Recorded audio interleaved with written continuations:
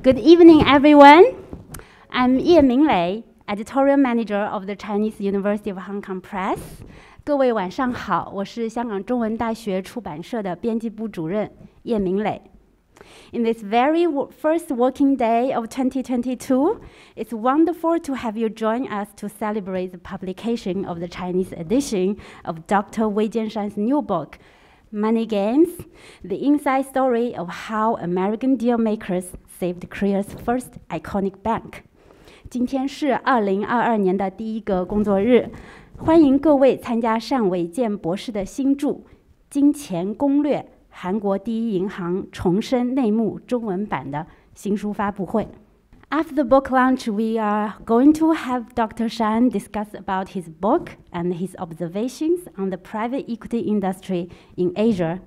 The book will be moderated by Professor Chen Lin of the CUHK Business School. 在新书发布会之后，单博士将介绍他的著作，并分享他对亚洲私市股权投资行业的观察。讲座将由中文大学商学院的陈岭教授主持。The talk will be conducted in English, but for the Zoom participants, we have already provided simultaneous interpretation from English to 普通话. Please click the interpretation button in the control bar to choose English or 普通话。讲座的现场将以英文进行，同时呢，我们为参加 Zoom 直播的朋友们提供了普通话同声传译。请大家在屏幕下方的控制项中按一下那个地球图标的口译，就可以选择英文或者普通话了。Now let's welcome Professor Lawrence Lau, the Raffles and Claire Lawton Professor of Economics at CUHK, to give a welcome speech. 现在让我们用热烈的掌声，有请香港中文大学前校长蓝饶富暨蓝凯丽经济学讲座教授刘遵义致欢迎词。谢谢。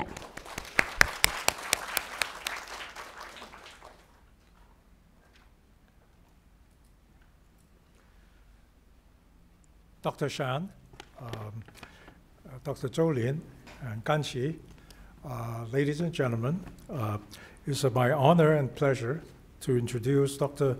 Shan Weijian, the author of Money Games, the inside story of how American dealmakers saved Korea's first most iconic bank. And on behalf of the Chinese University of Hong Kong, on the occasion of the publication of the Chinese edition of Dr. Shan's book, 金钱攻略 韩国第一银行重生内幕. Dr. Shan is a leading private equity investor in this part of the world. It is important for Dr. Shan's book to be widely available to Chinese readers so that they can understand what private equity is. In China, private equity is still a relatively new type of business, while venture capital for startups has become quite common in China. Today, it is focused on new capital. Private equity actually aims to improve the efficiency of existing capital by changing its ownership or direction or both. In 1980, few would predict how successful the Chinese economy will be 40 years later. Similarly, in 1980, few, perhaps none, could have predicted that Dr. Shan would be in charge of a firm, a business with $45 billion worth of assets. Dr. Weijian Shan is himself a legend, a miracle. Dr. Shan was born in 1954 in Shandong and grew up in Beijing. However, he was caught in the Great Proletariat Cultural Revolution, which started in 1966 and continued until 1976. Dr. Shan's education was completely interrupted. He did not attend secondary school. And between 1969 and 1975, he was sent down, as many urban youths then were, similarly sent down, to the Gobi Desert in Inner Mongolia in a super harsh environment. Those of you who are interested should read his memoir of this period of his life, Out of the Gobi, My Story of China and America, published by Wiley in 2019. It was also one of the best sellers in that year. Okay? So you should try to get that book. The book recounted his indomitable spirit, that he was and still is someone who would never give up. That is his motto, never give up. In 1975, Dr. Shan returned to Beijing and was able to enroll at the Beijing Institute of Foreign Trade, which became later renamed the University of International Business and Economics.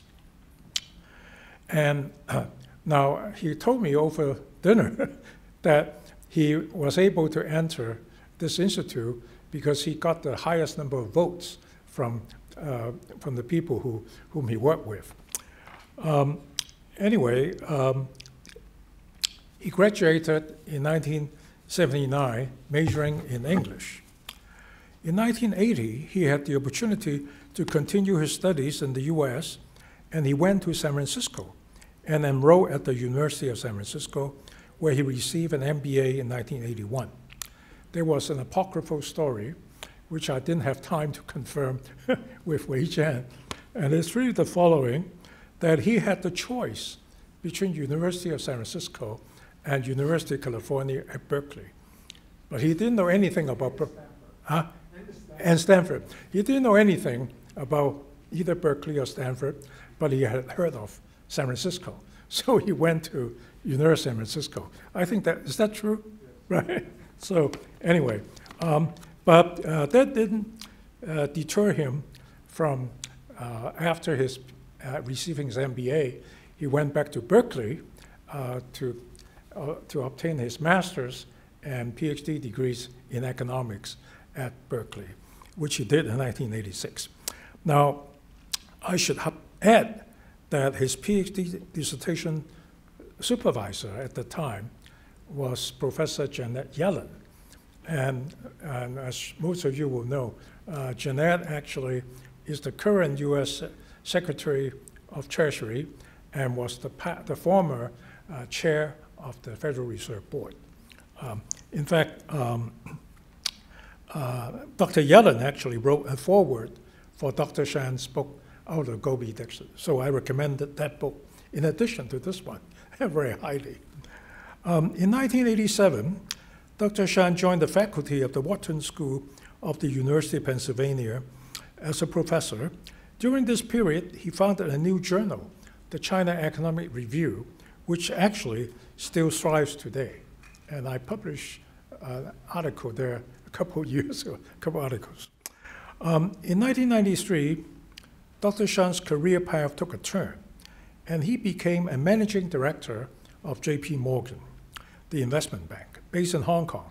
In 1998, he became a partner of Newbridge Capital, later merged into TPG Capital, and is co-managing partner for Asia. Thus began his venture, or adventure, with the Korea First Bank, the subject of this book. In 2004, Dr. Shan began another venture and succeeded in gaining control of Shenzhen Development Bank and nurture it back to prosperity. This should be a fitting sequel to his Money Games book. Perhaps we should look forward to Money Games 2, about how he took over Shenzhen Development Bank, how he turned it around. From 2010 to the present, Dr. Shan has been serving as the chairman and CEO of the Pacific Alliance Group, PAG, in Hong Kong, a private equity firm managing US $45 billion worth of assets. Let me end by making several observations. First, South Korea is the most difficult place in the world for any foreigner to make money. Not for Koreans, but for foreigners. Koreans simply do not like foreigners to make money off them. Dr. Shan and his group are among the very few foreigners who have managed to make real money in Korea and also exit successfully. It is really an achievement. Second, it is sometimes possible to make a lot of money if one is lucky. But to make a lot of money repeatedly, okay, one needs more than luck. One needs real ability and real skill. Right? In fact, the fact that Dr. Shan has succeeded so many times demonstrates that he is an extremely good businessman and not just a lucky one. Third, what are some of the characteristics that have made Dr. Shan so successful? I would say persistence. Dr. Shan will never give up. That is his motto. He will never give up. Patience, purposefulness, flexibility, and the ability to think out of the box, and optimism. Okay, I think Dr. Shan considers himself an optimist.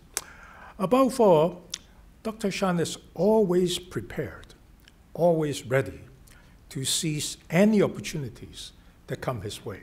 That is his advice to people, is be ready to seize any opportunities that come your way. Finally, I think behind all the deal making, one can see that it is important that any deal is win-win.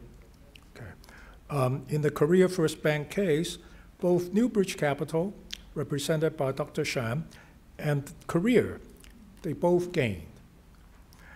Similarly, in the Shenzhen Development Bank case, both China and Shenzhen, on the one hand, and Newbridge Capital also gained. And deal making is actually the art of making sure that every interested party wins. Thank you very much.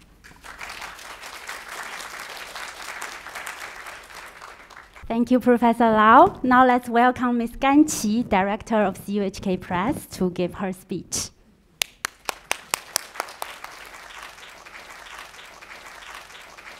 出版者是不讲话的。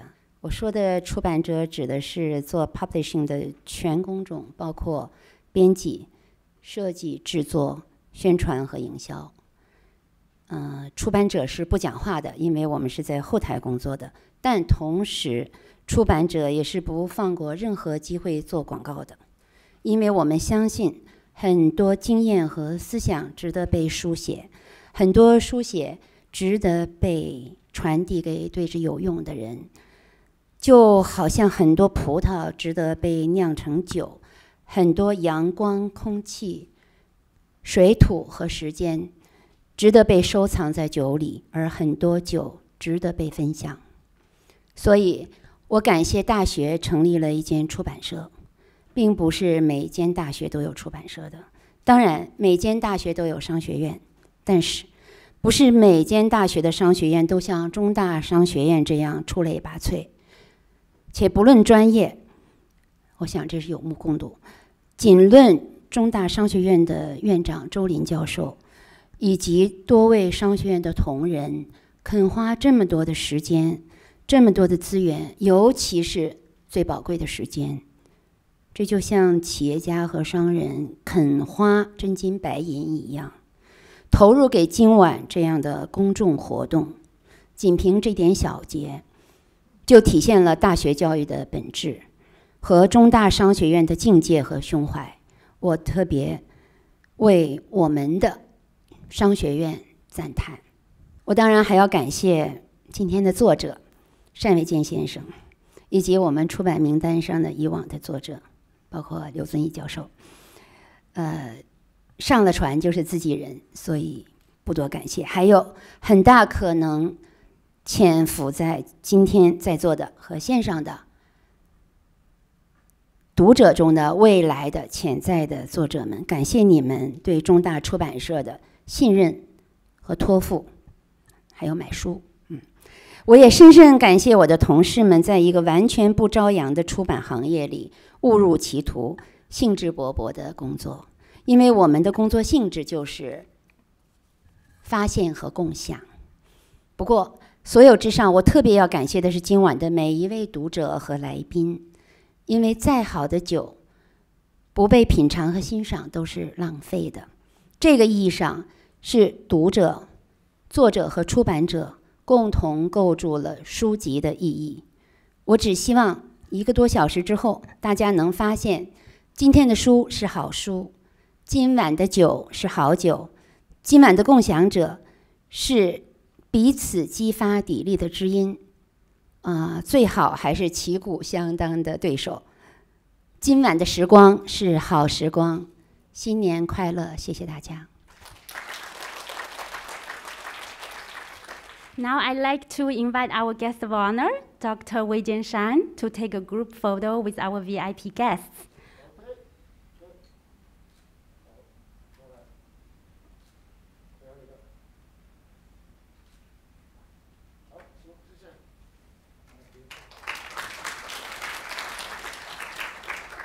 Thank you. Before I give the floor to our speaker, a gentle reminder that we have English, Putonghua simultaneous interpretation on the Zoom. At the end of this talk, we will also have a Q&A session for audience both on site and online.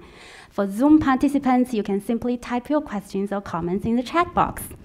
Now let's welcome Professor Chen Lin, Associate Professor of Finance at CUHK Business School and Associate Director of Hong Kong Shenzhen Finance Research Center, to moderate Dr. Weijian Shan's talk. Professor Chen Lin. Thank Ling Lei, and thank everyone for joining us today. And it's really my honor to host this event. As Professor Lau just pointed out, there's only one word to describe the personal experience of Dr. Shan, which is legendary. So without any further delay, please allow us to give the warmest applause to Dr. Shan, to welcome him to talk about his new book and his understanding about the PE industry in Asia. Dr. Shan, please. Thank you. Private equity has become a major industry worldwide. It is really a new industry because the first instances of private equity deals really came out in late 1980s. Some of you may have read a book, Barbarians at the Gate, which was published in 1989, talking about a particular deal, which is the acquisition of RJR Nabisco by KKR in 1988, which was a $25 billion deal. At that time, was the biggest ever in history. And that, I think, was probably the most notable transaction in private equity back in history. And the book, Barbarians at the Gate, is about this particular transaction. However, the book was published the very next year, dealing only with the deal-making part of this particular transaction. What happened after KKR acquired RJR Nabisco, the book doesn't cover because it was too early. And in fact, KKR held that investment for more than 10 years.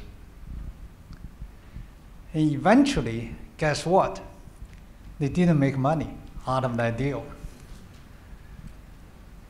Henry Kravis of KKR likes to say, and he said this repeatedly, that any idiot can buy a business. You just have to pay the highest price. But what happens to the firm afterwards really matters. So even though private equity has become a major industry worldwide, how major? Today, there are more companies owned by private equity in the United States than publicly listed companies. And that's how big private equity has become.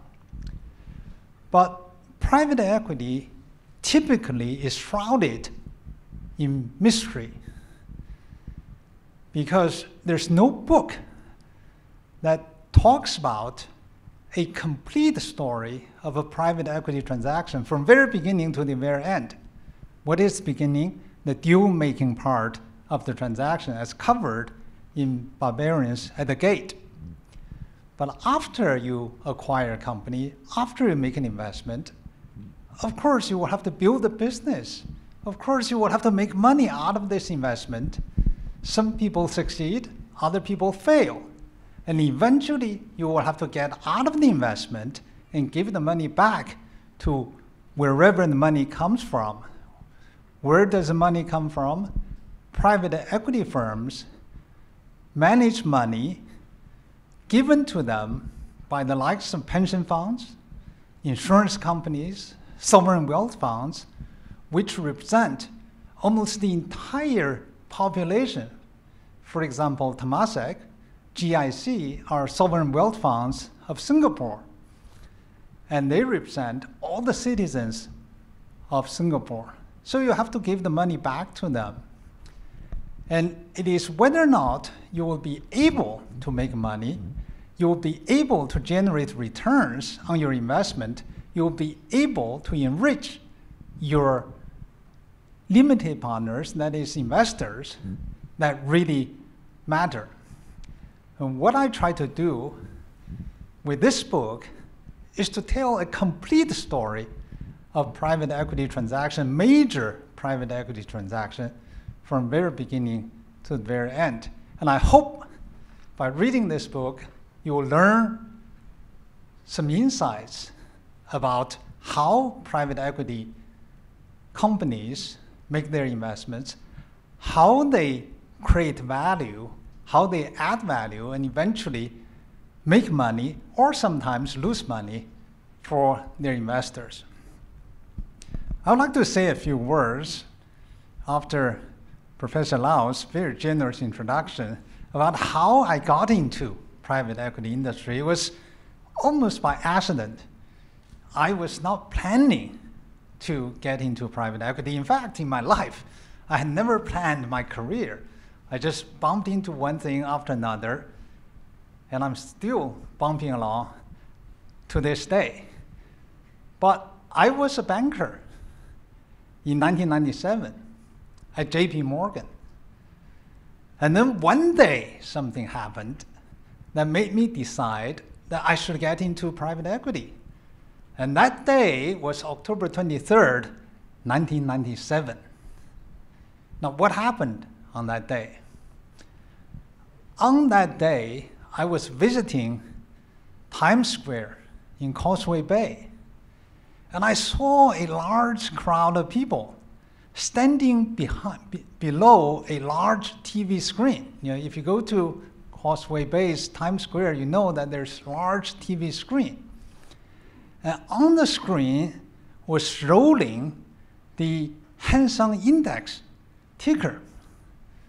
And at that particular moment, when I got over there, about noontime, Hang Seng dropped 1,000 points. Now, at that time, I forgot what the number for Hang Seng was, and it was much smaller than it is today.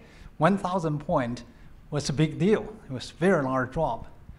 By the end of that day, Hang Seng Index dropped 16%.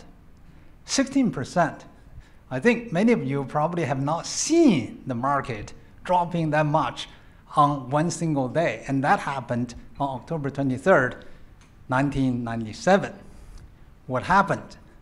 It was in the middle of so-called Asian financial crisis, which began on July the 2nd of 1997 with the devaluation of the Thai baht, the currency of Thailand, on that particular day. Thereafter, the Asian financial crisis spread like a fire, engulfing many countries in Asia. And in October, it finally came to Hong Kong.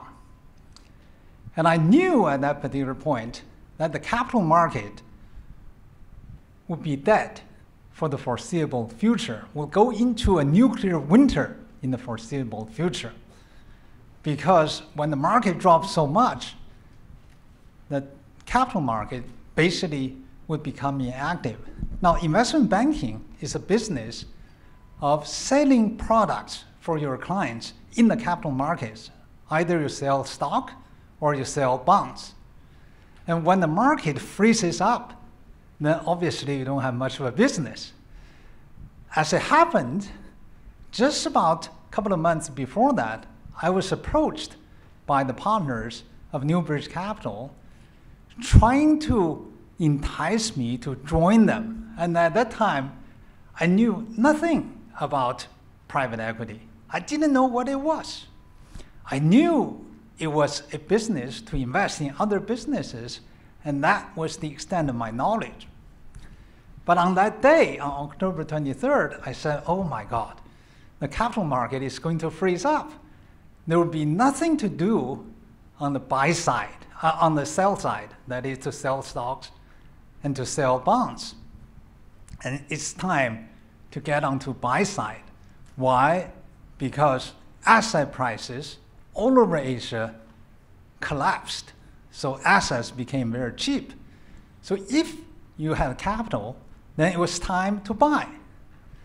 On that day, I called the headhunter who had been speaking with me, and I said, I would accept the offer from Newbridge. And on that day, I decided to get into private equity.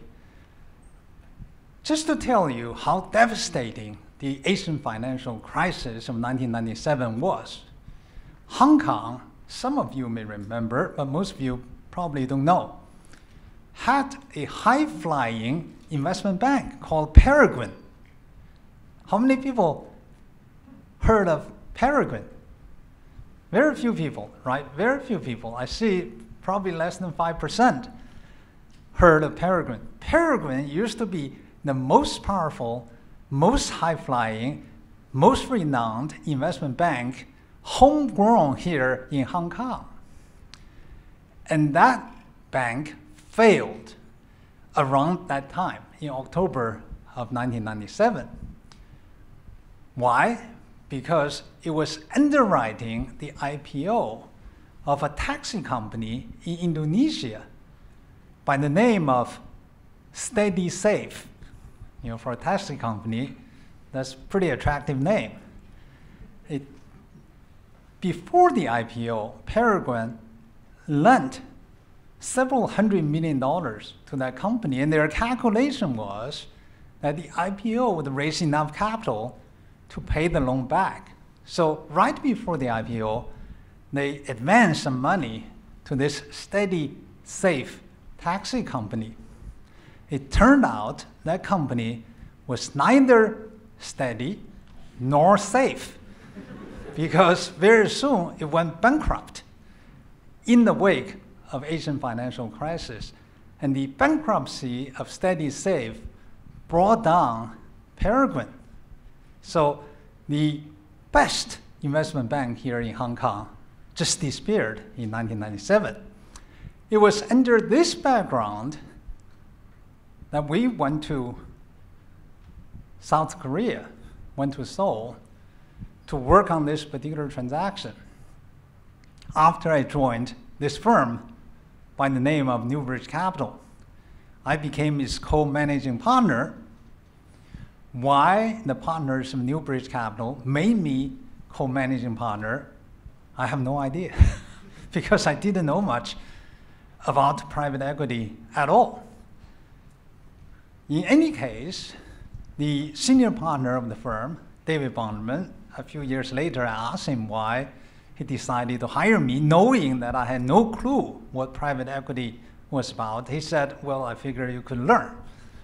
So I think the attitude and the ability to learn is very important for any business, and particularly in private equity. So in that particular year, 1997, what happened in Korea? You have to remember that Korea, I use the term high-flying, Korea was a high-flying country. After the Korean War, which ended on July 27th, 1953, Korea developed its economy very strongly. First, under a dictator, Park Chung-hee, and later, South Korea became democratic and continued to develop its economy. And it registered double-digit growth for many years. So by 1997, South Korea became the 10th largest economy in the world. It remains the 10th largest economy in the world. Remember, Korea has a population of only 40 million people, about the same size as Fujian province of China. And yet, it is the 10th largest economy in the world. In 1953, when the Korean War first ended, Korea was a desolate country, very poor country. When I first arrived in Korea in late 1980s, when you go into a university canteen, they would serve you not rice, but a mixture of rice and sorghum, because rice was rare, too expensive. So the government mandated that every restaurant will have to serve a mixture of rice and something else, maybe corn or sorghum or something else. And that's how poor that Korea used to be. But by 1997, it became the 10th largest economy in the world. It became a member of OECD. That's how far it had come. Then in 1997, something dramatic happened.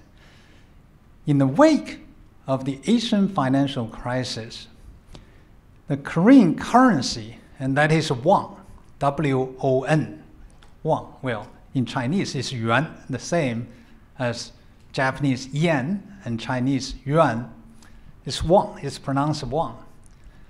The value of the won declined by 65.9% against the dollar. 2/3 of its value was wiped out. It devalued by 2/3 against the US dollar.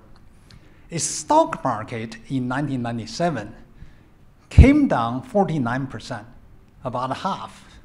So if you multiply 49% by 65.9% devaluation, you will find that the stock market was almost wiped out in one single year. So much of the wealth of South Korea simply disappeared, evaporated in the wake of the financial crisis.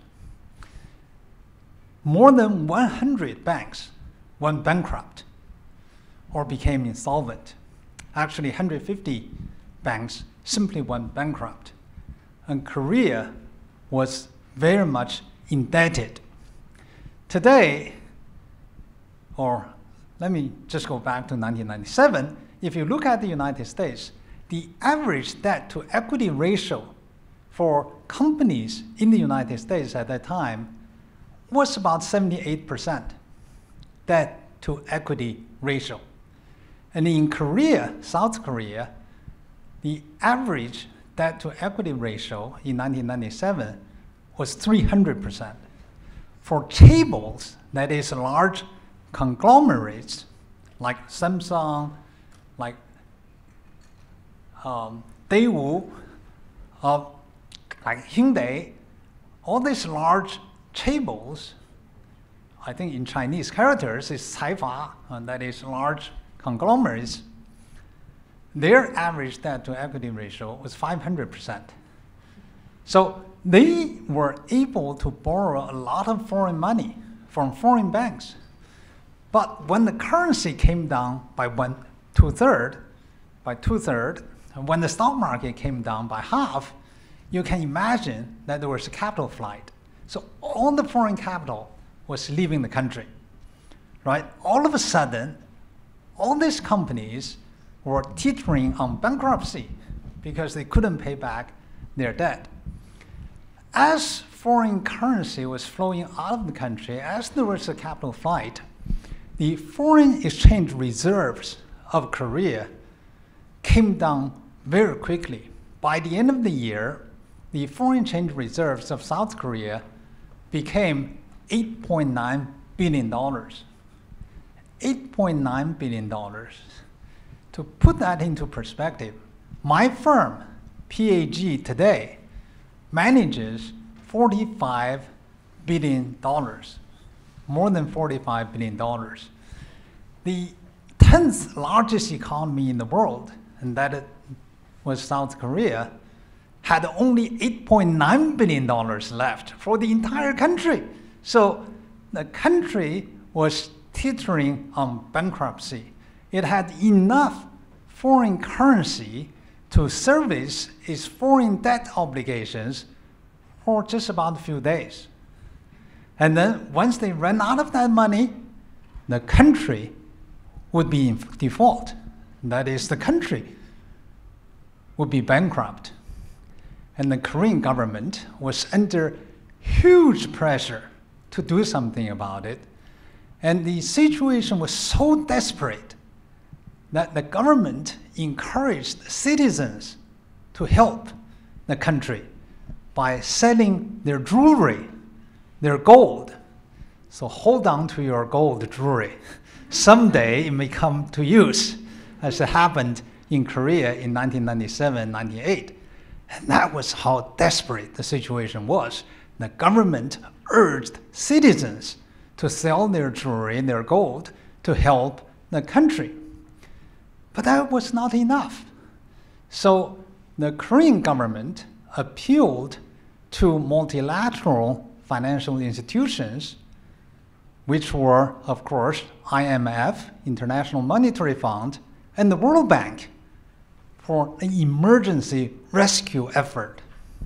So eventually, IMF and the World Bank came forward with a rescue package of $58 billion for South Korea. At that time, that was the largest ever rescue package for a single country. But the package came with strings attached, so to speak. There were conditions. One of the conditions was for South Korean government to sell off 2 banks which had failed and which had been nationalized by the Korean government. Those 2 banks were among the largest banks in South Korea. But it failed because they had too many bad loans and they were nationalized by the government. So why did IMF and the World Bank basically forced the Korean government to sell off those banks? And the reason was the banks failed because they had too much bad loans. They had too many bad loans. They had too many bad loans because they lent money to firms which didn't have enough ability to pay back the loans. And lending in Korea was done at the time on the basis of not the ability of the borrower to pay back the loan, but on the basis of personal relationship or government policies. If the government says, we support electronics industry, then the banks will lend to them. If the government says, we support the textile industry, and then the banks will lend to them. If the government says, we support shipping industry or shipbuilding industry, the banks will lend to them. So there was no analysis of the credit of the borrower. It was only based on personal relationship, whether or not you know the president of the bank or government policy. Now, if you remember, before roughly about 2004, and that was exactly the same thing with the Chinese banks. And the Chinese banks restructured themselves, reformed themselves under the leadership of Zhu Rongji starting around 2000. And that's why they later on became in much better shape. But prior to that, Asian banking system was more or less the same, lending not on the basis of credit, but on the basis of personal relationship and the government policy. It was the case in South Korea. It was the case in China. It was also the case in Japan, Indonesia, Thailand, all these other countries in Asia followed the same practices. And this is called banking without a credit culture. As you know, culture is a set of beliefs and practices. It's how we do things. We talk about the Chinese culture, it's Chinese beliefs and Chinese practices. So if you don't have a credit culture, then you make lending decisions not based on the credit of the borrower, but on something else, which was the very reason that got Korean banks and some other Asian banks into trouble. By the way, in Japan, for example, long-term credit bank, now is Shinsei Bank, failed. Another bank that failed was Nippon Credit Bank, now called Arizona Bank. So in Japan and other countries, the same thing happened. The large-scale bank failures didn't happen in China, even though the Chinese banking system was very weak at the time because China's capital market was closed. There was foreign exchange control, so there was no capital flight from China, and therefore China was largely spared of the Asian financial crisis. But back to Korea, IMF thought, or the teams there thought, if you don't have a credit culture, we may give you $58 billion to bail you out today. But the next day, you're going to make bad loans again. And then we'll have to come up with some more money to bail you out. And there's no end of it. So how do you build a credit culture to prevent the same thing from happening again and again in the future? And the only way to do it, since there's no credit culture here in the country, you will have to bring it in from foreign countries. And therefore, the condition of the $58 billion rescue package was to sell the two big banks to foreign investors who presumably would bring in credit culture. And that was when in 1998, after I first joined Newbridge Capital, we went to Korea and began a process of negotiation with the Korean government to buy what used to be the largest bank in Korea, which was sometimes referred to in the Korean press as the crown jewel of the country. It's a very important financial institution in the country. And that particular transaction received a lot of public attention and scrutiny.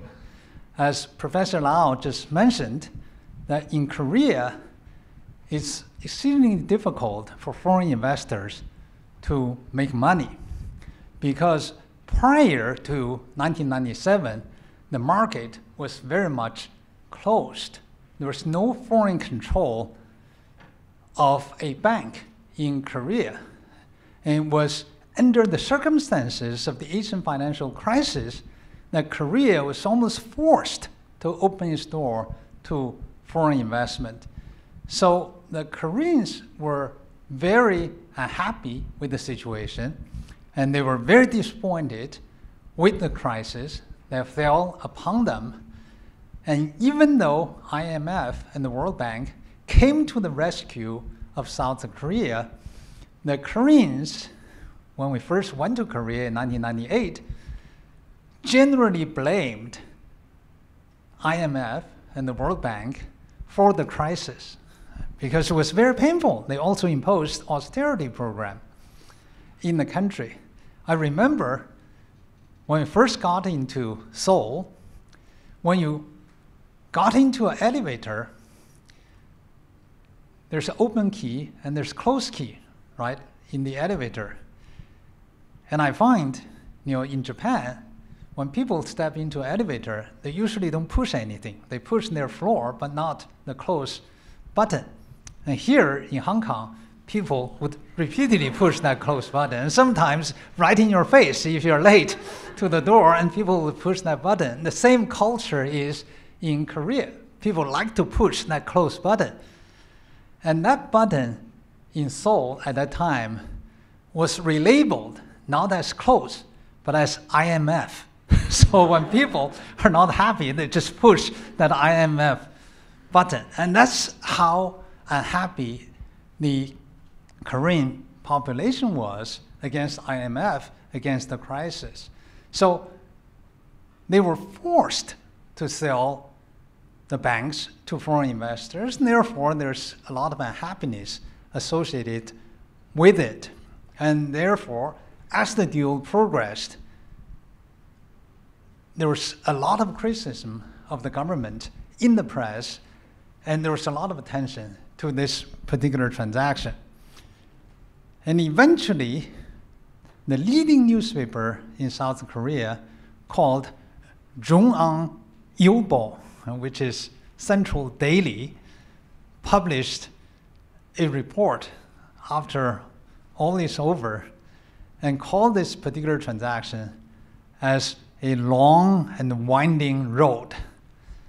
So during this process, there were many ups and downs, and very often we felt that the deal, the negotiation, was breaking down, and we felt the deal was despairing. So whenever that happened, when the deal was making progress, the Korean press would complain about the government selling too cheap to foreign investors. But when the negotiation broke down, the Korean press would criticize the government for not getting a deal done. So the government was put into a bind. And the Koreans are also very humorous, as reflected in many of the cartoons which frequently appear in the newspapers about this particular deal. And I think this cartoon reflects, that I'm going to show you, reflects the sentiment of the day. Just some background. Negotiation was rumored to have broken down. And of course, we didn't confirm, the government didn't confirm. And it was rumored that Newbridge was walking away. And by then, the Korean government had injected billions of dollars into this bank. The biggest bank, at least once it was, in Korea. And then word was spreading that the deal was breaking down, Newbridge was walking away. And this cartoon appeared. The lady in the middle represents Korea First Bank, with this big banner right in front of her, and with that fan showing the logo of Korea First Bank. Now, she, of course, appears to be very ugly. So the lady on the right-hand side said, "I heard they did plastic surgery in order to marry her off very quickly." And the other lady said, "I heard they want to spend another 3 trillion won to do more plastic surgery." 3 trillion won was equivalent to about $3 billion US. On the left-hand side, this Western-looking man represents Newbridge Capital, that is my firm. They just knew that it was an American firm. They didn't know that here's a fake foreigner, that is me, representing Newbridge. And this guy, the briefcase says Newbridge Capital, was walking away. And of course, the woman behind him was trying to hold him back. And the bubble over his head was thinking, she doesn't look anything like her photos. So the public was unhappy when the deal was not going well. The public was not happy when the deal was going well. The government was put into a bind. And here's another one. The gentleman holding this bag of blood, transfusing blood into this wobbly girl. The girl is Korea First Bank. And the gentleman is Kim Dae-jung, the president of South Korea at that time. And obviously the government was transfusing blood into the bank in order to keep it afloat. And then that bridge represents New Bridge. And the gentleman, of course, was raising the bridge. On the bridge said or shouted, "I came here for a wedding, not for a funeral," suggesting the weakness of the bank that we were looking at the time. So it was a very long story, and I would encourage you to read the book and to find out eventually what happened. And I would just say so much about this particular book. But I would like to say a few more words about private equity and about investment in general. I'm very often asked, what does it take to be successful in private equity investments? I don't claim to be really successful. I'm still trying. And to the point that Professor Lau made, I feel more lucky than not. And I think luck is a very important factor in whatever you do in life. Very often, some investors make some very good investments. Then they let that so-called success go into their head. They think it's all because of them.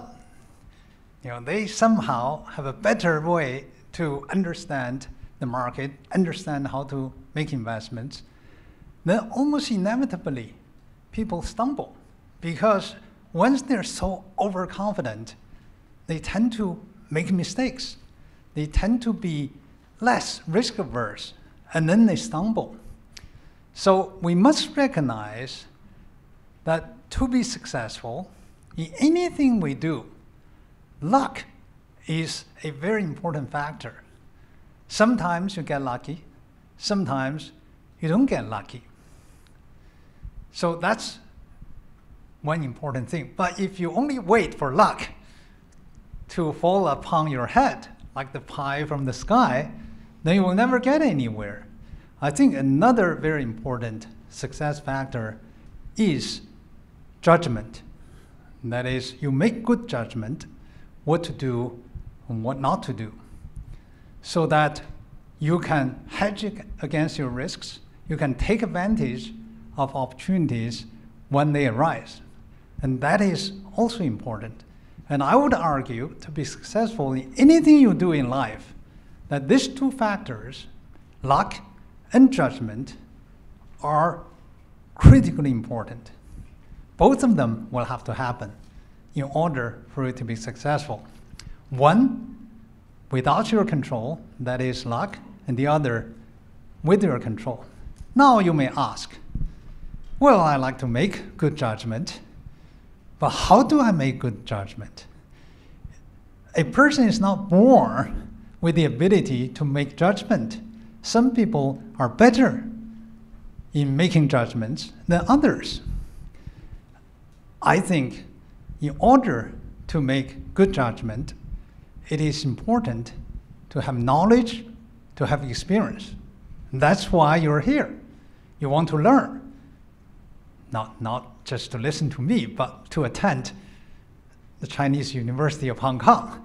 You're here to learn, to accumulate knowledge, and then you will have to work for a number of years before you feel that you have enough knowledge and experience in order to make good judgment. And therefore, in my view, that it is important to learn. We live to learn, and we live to experience. And with enough knowledge and experience, you will be able to make good judgment. And then with your share of luck, every one of us has our own share of luck, then you will be able to be successful. Now, in private equity business, very often people think that we only focus on the firms in which we make investments. And that is not true. And this is where economics training becomes extremely important. When we decide whether or not to make an investment, the first order of things which we call underwriting. We underwriting whether or not to make an investment. The first order of things is not how good the business is, but is whether or not the country is investable. We have to look at macroeconomics before we look at microeconomics. The macro, the big picture, is critically important. In the financial or economic crisis, every firm suffers, whether good or bad. If the country is not investable, then no matter how good that firm is, you're not going to make money. For example, today, if you invest in Myanmar, it's unlikely you're going to get your money back, right? You have to underwrite the country. I just mentioned in 1997, an Indonesian firm, Steady Safe, went bankrupt. I'm sure right before the crisis, it was Steady Safe. And then after the crisis, it became anything but Steady Safe. So it's very important for us to underwrite the macroeconomics of a country to decide whether or not that particular country is investable. Now, in public market, you don't have to be very careful, because in public market, you can hedge against macro risks. If you think that the market is due for a correction, you can short the market. You can protect yourselves. You know, there's a movie based on a book by Michael Lewis called Big Shorts. And that talks about a few people who had the foresight in 2008 to short the subprime market, and they made a bundle out of those shorts. So you could do that in public market. But in private equity, you actually can't do it. You can't short the markets, because private equity by nature, by the way, I translate private equity in a way very different from the market common practice into Chinese. The usual translation private equity is 私募, right? 私募基金. I think that's wrong. The translator, the original translator, simply didn't understand what private equity is all about. In this book, I translate into 私市. I'm promoting a Chinese book. I don't know why I speak English, but I was asked to do so. I translate into 私市 because private equity really means private market as opposed to public market. And therefore, 私市 is a more appropriate translation. Now, in private market, there's no liquidity at any given time. You can't sell, right? In public market, you can sell. You can get away from the market. But in private equity, since it's not a public company, once you're invested, you get stuck. You may get stuck for 3 years, 5 years, or even longer. So in private equity, it's impossible to hedge. So how do you deal with macro risks? How do you deal with the prospect of an economic crisis? The only way to hedge against such risks is not to invest in that particular country. If you think that the macroeconomic conditions are bad, are not conducive to making money, then you simply stay away from the market. That's the only way to protect yourself. So we would look at, we only focus on Asia. Occasionally we invest in America and Europe, but our main focus is in Asia. We will look at the entire region of Asia and decide which countries are investable and which countries are not investable. And if the country is not investable, if the risk is too high, we simply stay away from it. We would only invest in those countries which we think, from macroeconomic point of view, is relatively safe. Now, which are those countries? Actually, they represent most of the Asia, other than smaller countries like Myanmar and some others. But the biggest destination for private equity capital today is China, which draws about 60% of all the private equity capital invested in Asia, 60%. And that market is the biggest. It was not always the case. it is the case today. I came to Hong Kong in 1993. I was a professor at the Wharton School, and one day I decided, not that I decided, I received an offer from JP Morgan. And I look at this offer, which would invite me to come to Hong Kong to join JP Morgan, the investment bank.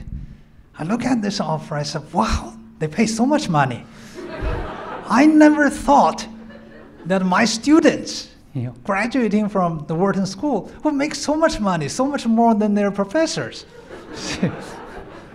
So I decided to come to Hong Kong in 1993 to join investment banking, even though I knew nothing about investment banking. Well, if they thought I knew something, maybe I could learn to know something about investment banking. And that's how I came to Hong Kong. In 1993, China's GDP was 1/16 that of the United States. The United States GDP was 16 times that of China's. That's how tiny China was. Japan was 10 times that of China. Chinese economy was only 10% of the Japanese economy. China was about the same size in terms of GDP as India. And in fact, Hong Kong's economic size was about 20% of the entire mainland economic size. 20%. What's today? Less than probably 2%, less than 3%, 2-some percent today. Today, the Chinese economy is 3/4 that of the United States. It is 3 times that of Japan. In 1993, it was 1/10 of Japan. Now it's 3 times of Japan.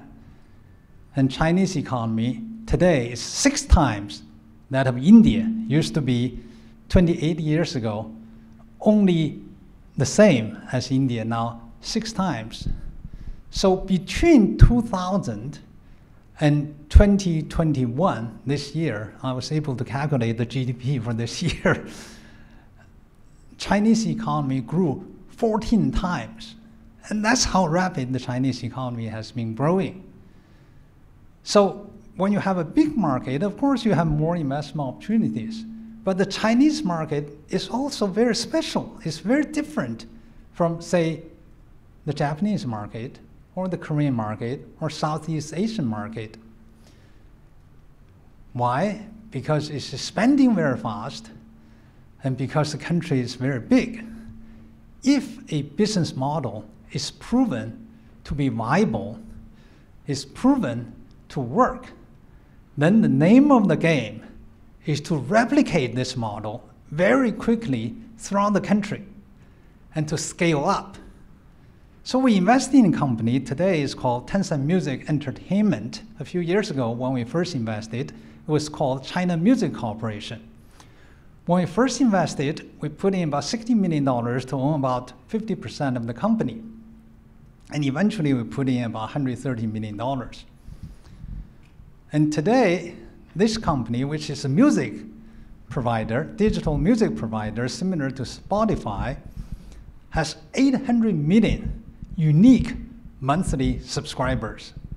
800 million, where else in the world do you find so many customers for one company? Only in China, because big country, large population, same culture, same language, and therefore you will be able to scale up very, very quickly.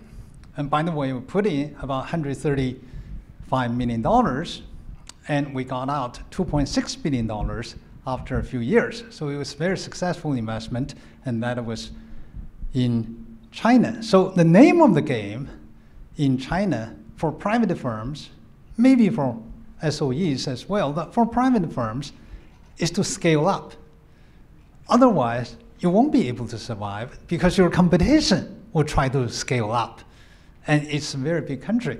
Now, if we had the same business model, and we take that business model to Singapore, we'll never be successful because the market is too small. But in China, it's gigantic, it's enormous, it's very, very big. If you want to scale up, then you need capital. It's not sufficient for you to generate capital organically or gradually over time in order to expand. That would be too late. What you want to do is to spread out in the country very quickly in a few years to capture the market. And the only way to do it is to work with outside capital. And that is why China is a major private equity market. And that's why we're very active in China, as well as in some other Asian countries. But if you compare China with Japan, you would find that the Japanese firms don't have the same impetus to scale up because they have nowhere to go anymore. They have become mature, they have become established. If they want to scale up, they will have to scale up in some other countries, but not in the Japanese market. So that's how we underwrite the macro. But there are differences between countries. For example, in China, we look at the entire market. We don't think that every sector is investable. For many years, we have stayed away from export-oriented businesses. You know, export has been a major driver of China's economic growth. In the past year, the Chinese export grew more than 20%. In the year pandemic, in 2020, it grew more than 20%. And last year, it was another, about 24% last year. So it was a major driver of China's economic growth. But we think, by and large, export sector is not investable. Why is that the case? And that has to do with China's economic growth model. China's growth is very much driven by investments, fixed asset investments, which more often than not represent about 45% of China's GDP. No other country at any time in history, at any stage in their industrialization process, has invested even close to 35% of their GDP. But for China, it has been more than 45% year after year after year. Why can China invest so much? Because China uniquely has the highest savings rate in the world, about 50% of GDP. So in economics, savings and investments are roughly equal, and China simply has the capital to make so much investments. And fixed asset investments has propelled China's economic growth, double-digit year after year. But it brings about a side effect, and that is too much investments create too much overcapacity in almost every industry that you can think of. And if you look at export sector, you would find that the costs of inputs, labor costs, have been rising at double digit. Currency has been appreciating. Cost of inputs has been rising. But because of overcapacity, the prices of finished products have been flat or sometimes falling. And therefore, investing in the export sector is not a very smart move. But China is shifting its growth model away from investment-led growth to more private consumption-driven growth. And that's where we focus our investments. Now, in India, on the other hand, we only invest in export or outsourcing sectors because rupee is weak. If you focus on domestic consumption, if there's a devaluation, you lose your capital. But if you invest in outsourcing companies such as Infosys, they take US dollars or hard currency as revenue, and their costs are in local currency, and therefore, if there's a devaluation, you benefit from it. So that's how we think about the market, and that's how we make investments. Now, I have run out of my time, so thank you very much for your attention. I think we have time for a few questions. Thank you.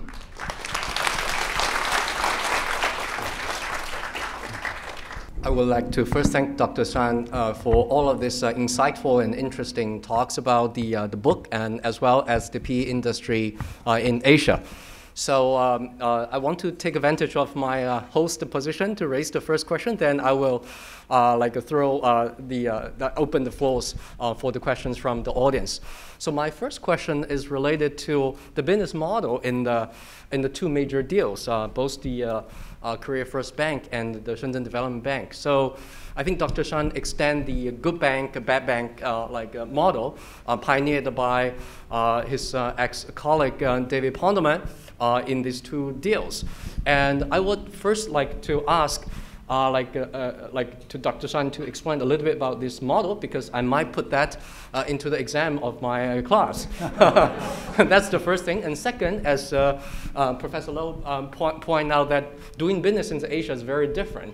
So I want to ask that for this model, what kind of adaptation as well as adjustment you have made in the Asian setting? Thank you very much. To your first question, of course, we used the good bank, bad bank model, which is explained in some great detail in the book. So I'm not going to answer that particular question anymore. With regard to Asia investing, first of all, I just talked about the differences between the countries and the need for macro underwriting, that is, underwriting of macroeconomics, which I think is necessary almost wherever you make investments. So even within Asia, there are differences between countries. Asia is very diverse, right? From Korea all the way to Australia, and then from Japan all the way to India, and different countries are different, and therefore you will have to underwrite very differently. As I mentioned, in China, we focus on private consumption. In India, we don't focus on private consumption. But my boss and senior partner, David Bonderman, used to say, and he liked to say, that you will not do a deal in China which you wouldn't do in Kansas, in the United States. What does he mean? If you think that just because Asia is different, you can compromise your underwriting standard, that would be a mistake. If you don't think a deal with the same characteristics is doable in the United States, you probably wouldn't do it in China either. So I think it's very important when it comes to risk management, you adhere to the same standard and same underwriting criteria. Thank you very much. And we will open the floor for questions. For audience here, please just raise your hand. We will pass you the mic. And for audience online, please just type in your question. The question can be raised in both English and Chinese. Yeah. Thank you, Dr. Shan. I'm Thomas. I'm currently I'm an alumni of CUHK. I'm currently an investment associate at a venture capital as well. I read the book, and it's very thrilling. I'm very impressed. And I'm also very impressed by how well you documented all the investment memos along the way that you make the deal. I found it very helpful in my work environment too. So do you have any tips for young investment professionals on work habits, writing memos, and in general knowledge management? Thank you. That's a very tough one, because I was never young. When I came to private equity industry, I was already in my middle ages, right? Middle age. I think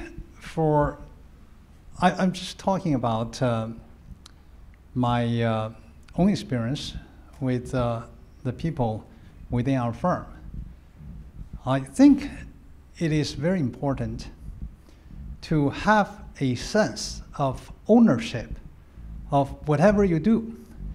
If you consider yourself to be an employee, if you consider yourself to be an associate, and if you think that you're working for somebody else, you're unlikely to do it well. Sometimes you think, I just don't know enough. Sometimes you think the work is too hard. And if you have that attitude, you can't possibly do things well. But if you have a sense of ownership, we all know if we do things for ourselves, we can do it well. If we don't know it, we learn. If we cannot find it in books, we ask some other people. And we'll do everything possible to get the work done and to do it well. So a sense of ownership is very important. Now, this world, in my view, is unfair. It's unfair that in investment banking business, in private equity business, in investment community, people are paid so much. I think it's unfair. I'm a beneficiary of the system, but I think it's really unfair. Let me give you an example. At one time, I was having dinner with two people. One was Janet Yellen, that Professor Lau just mentioned, who is now Treasury Secretary of the United States. At that time, she was the Fed chair. Another lady I was having dinner with was Dianne Feinstein, the US Senator representing California. Now, somewhere in the dinner, I realized that any of our vice presidents were making more money than either of them. Right? One was the Fed chair, the other was a US Senator. And I thought this was so unfair because when it comes to contribution to society, there was no comparison. None of us would be able to compare with their contribution to society. And that's why the system is unfair. But why do they it? Janet Yellen could get multi-million-dollar job anywhere. And in fact, if she delivers a speech, it would be perhaps $500,000 if she were not in the government today. But she chooses to be a public servant because of dedication, because of a sense of ownership, because of the sense to give back to society. So if you have that sense of ownership, you can do everything well.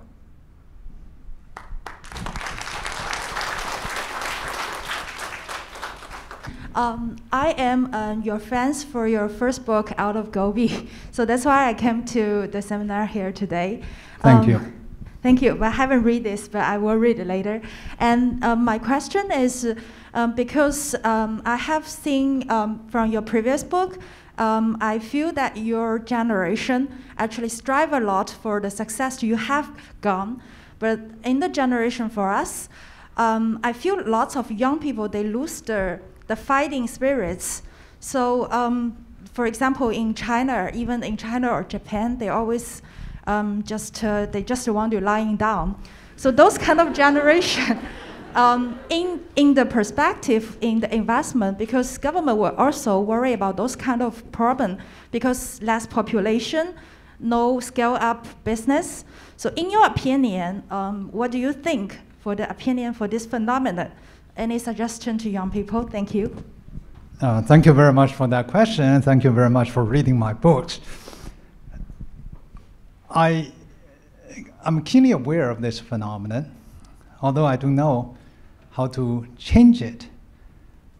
I think that it is not true that all the people in my generation were making a lot of efforts. When there was no hope, many people actually gave up.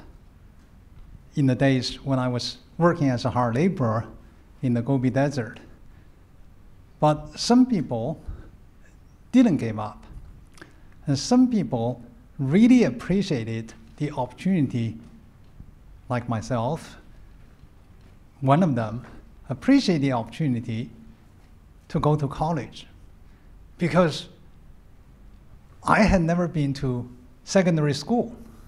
And for 10 years in my life, there was no schooling. After elementary school and college, for 10 years, I was deprived of an education, as I would say 90% of the people in my generation.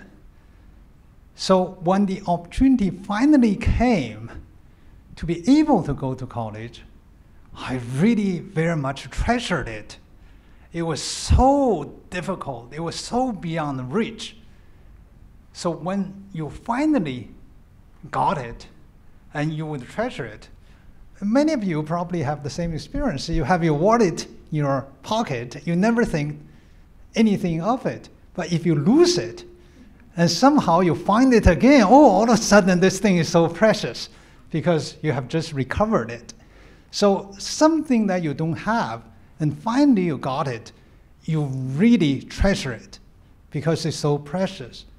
So the opportunity to go to school, to work hard, to make something out of life was because we never had such opportunities. I said I never planned my career. I just bumped into things along the way because at that time you couldn't plan your career. We just did whatever we were told to do. Today, opportunities come too easy for young people. To go to college, yes, everybody is entitled to go to college. To get secondary education, that's mandatory, right? Everybody will have to get secondary education. And there were so many choices. You can read books, you can watch TV, you can go to a movie, and you can go to a theme park. And there were so many things for you to do. There were too many choices. And therefore, people tend not to appreciate anything when they have too much of it. I'm afraid that's the problem. Now, I remember when I was in the Gobi, if we got hold of a book that was banned, then everybody wanted to read that book, right? If it's a book that the authorities wanted you to read, you wouldn't want to read it. So when I was a professor at the Wharton School, sometimes I thought the best way to force students to read something is to ban it. Maybe we should just ban something. My name is Patrick. Thank you for your insightful sharing tonight, Dr. Shan. And actually, I'm trying to build my own private equity platform now, and have been through quite many struggling and frustrating moments during the process. And seems currently the big institutional LPs, like those sovereign funds, pension, insurance funds, etc., are more inclined to allocate their PE investments into those top 20 asset managers. And so would you have any tips or advice for how emerging asset managers to stand out to attract these institutional capital? And would appreciate if you can share a bit of your past experience during your old days of building PAG from 0 to 1 and from 1 to current scale. Thank you. Thank you, Patrick. Thank you very much for getting into private equity to become a competitor of mine. I think there's no shortcut. You will have to take one step at a time. Institutional investors are very conservative, and they're very risk conscious, and they want to make sure that they give money to managers who can really generate consistent returns for them. So you will have to take one step at a time. If I had got into private equity on my own, let's say back in 2000, I probably wouldn't be able to raise any capital because I didn't have a track record behind me. And even after 12 years, I had built a track record behind me. And when I left TPG and tried to raise my first fund, which eventually came to $2.5 billion, it was very difficult because the team was new and you had track record previously, but you have not proven that you will be able to repeat such a track record under this new platform with this new team. So since then, we have raised another fund of $3.6 billion, and then another fund, $6 billion, and now we're in the market for a new fund targeting at $9 billion. So we take one step at a time, and once you have proven yourself, and then LPs are more willing to give you money. So I think you just have to start small and try to do a couple of deals that are successful and can show to investors that you are able to manage risks, to generate consistent returns. You really have to be patient. Very often, my own LPs, limited partners or investors, would ask me what my vision is for PAG. We have built a fairly sizable business. What's your vision? What's going to happen in 5 years, in 10 years? And I would tell everyone, I don't have a vision. I truly don't have a vision. I think it is critically important for us to make money, generate returns for LPs, for investors. If you are able to do it, they will give you more money to manage. If you're not able to do it, then forget about your vision. They're not going to give you any money. And that's why, truthfully, I don't have a vision. I just take one step at a time, focusing only on doing every deal well so that I can prove to investors that I can generate good returns for them. In the interest of time, we will take the last question offline, then we will go to the... This gentleman has been raising his hand for some time. Yeah. You're situated strategically inconvenient, so that's why Mike doesn't come to you. Thanks for Dr. Shan's intuitive and your speak. And I'm a student from the business analytics, and I wonder, how do you value the risk or value of the policy in the domain in the mainland China? Yeah. That's a very good question. How much time do we have? Last year can be described as a year of regulatory storms. So many new policies came out, so many regulatory actions were taken. The entire after-school tutoring business was banned, and many companies were fined or penalized for antitrust, data privacy violations, and so forth. So some actions were taken very quickly, almost overnight, which really shocked the market and spooked investors. If you look at each of the regulatory actions, each of the policy initiatives, you would think that it is reasonable. You know, the abolishment of after-school tutoring was designed to reduce the burden on students and on parents. And that's a reasonable goal. And if you look at antitrust actions taken against Alibaba and some others, they're reasonable, right? I think the problem with the policymakers is that they take actions very quickly, very suddenly, without regard to a process, to giving signals to the market, and to guidance. And that shocks the market to such extent that the worst performing market last year was Hong Kong Stock Exchange, down by 14.8%. Because the market doesn't like uncertainties, doesn't like unpredictability. I'll give you an example. For-profit universities used to be a big business in the United States. It was a hot area for private equity to make investments. And in fact, the most famous for-profit university was Trump University. Remember, you hear about it, which turned out to be a fraud, possibly.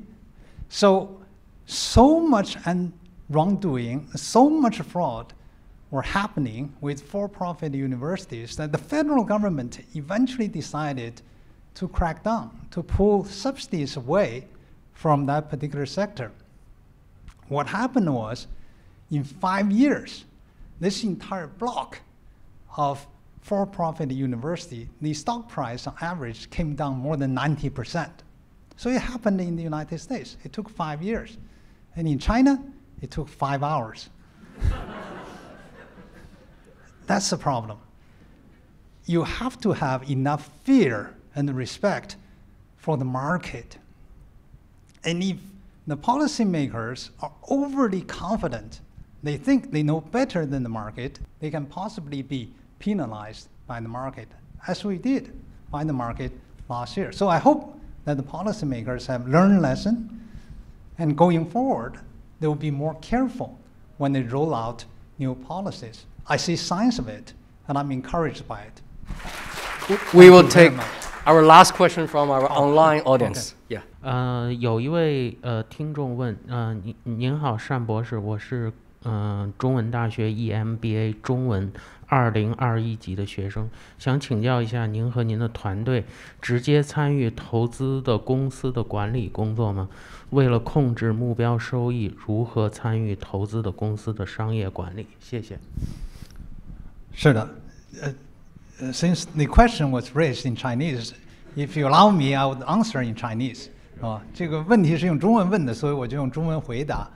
这个问题问得很好。其实呢，在私式股权投资这个领域是有不同类型的，比如说有风险投资 VC 有所谓成长类型的投资，主要是少数股权投资。那么还有所谓 buyout， 就是说收购控制权。那么像我们这样的公司呢，往往都是收购控制权。那你为什么要收购控制权呢？那显然是因为你认为你能改善这个公司的经营，你认为你可以帮助它更好的成长。但是你怎么帮助它改善？你怎么帮助它成长呢？那你必须得有个经营团队。所以呢，对于一个专门搞并购、收购控制权的私式股权投资公司来讲，那么我们就有一个经营团队，就专门用来帮助公司的管理层。我们不是直接进入管理的，而是帮助管理层，给他出谋划策，给他提供系统性的帮助，给他建立财务管理模式，帮他和他一块讨论这个战略。所以呢，这是非常重要的。我在这本书里呢也谈到，就是我们投资之后怎么帮助被投公司创造价值。那么这个就是我们这个经营管理团队是非常重要的。如果公司的管理团队没有能力的话，我们就把它换掉，这是我们经常做的事情。有的时候不到1年就把这管理层给换掉了，因为觉得它不是世界上最好的管理层。一个管理层能起极大的作用，但是你如果是一个少数股权投资，你如果是一个风险投资公司，你投资一个高科技的公司，你想想，你把这管理层要换掉的话，那这东西什么都没有了，对吧？人家创业者有他的理念，有他的技术，他创造了这公司。所以对于这些公司来讲，那么你要是做这个投资，你就必须做一个判断，这个管理层是不是最优秀的，这创业者是不是最优秀的，他们技术是不是最优秀的。如果是，那你投了这个公司之后，你就不要多嘴多舌了，你不要去插手管了。所以呢，各种不同类型的公司，那么我们参与的程度就不一样。只有在有控制权的时候，那么我们才会去帮助管理改善它的经营。那么对于高科技公司来讲，一般来说，那你不但要投那个公司，而且还要投它的创办人、它的科学家、它的管理层。In the interest of time, we are really behind our schedule, and this is the end of the Q&A session. And let's give another big round of applause to Dr. Shan and all the question raisers, and our audience.